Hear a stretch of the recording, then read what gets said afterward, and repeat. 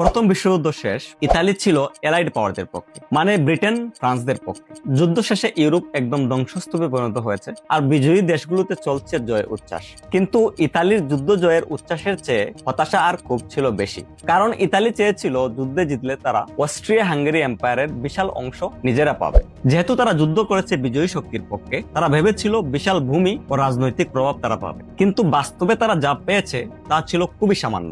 এই অপূর্ণ প্রতিশ্রুতির জয় ইতালির জনমনে জন্ম দেয় এক গভীর অসন্তোষ, অর্থনৈতিক দুর্দশা, রাজনৈতিক বিশৃঙ্খলা আর সমাজতান্ত্রিক বিপ্লবের আতঙ্কে গোটা দেশ টালমাটাল। ঠিক এই সময়েই এক তরুণ নেতা সামনে আসেন, যার নাম হচ্ছে বেনিতো মুসোলিনি। বেনিতো মুসোলিনি জন্মেছিলেন 1883 সালে এক সাধারণ পরিবারে। তিনি ছিলেন একজন সাংবাদিক ও সমাজতান্ত্রিক মতাদর্শে বিশ্বাসী। তিনি আবান্তি নামে একটি সমাজতান্ত্রিক পত্রিকার সম্পাদক ছিলেন। কিন্তু প্রথম বিশ্বযুদ্ধের সময় তার আদর্শে পরিবর্তন আসে।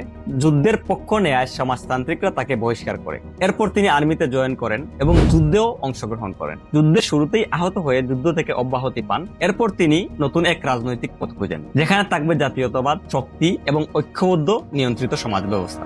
এই বিশ্বাস থেকেই 1919 সালে তিনি প্রতিষ্ঠা করেন ফ্যাসিস্ট পার্টি, যার মূল মন্ত্র ছিল শক্তিশালী নেতৃত্ব, জাতীয় ঐক্য, সমাজতন্ত্র, গঠনতন্ত্র ও গণতন্ত্র বিরোধিতা। 1919 সাল থেকে 1922 সাল পর্যন্ত ইতালিতে ছিল লাগাতার অস্থিরতা, বেকারত্ব, শ্রমিক আন্দোলন, কৃষক বিদ্রোহ, সব মিলিয়ে দেশে ভয়ানক বিশৃঙ্খলা চলছিল। মুসোলিনির ফ্যাসিস্ট পার্টি এই সময় জনগণকে বলেন, শক্ত হাতে শাসন চাই, শৃঙ্খলা চাই, গৌরবময় ইতালি চাই।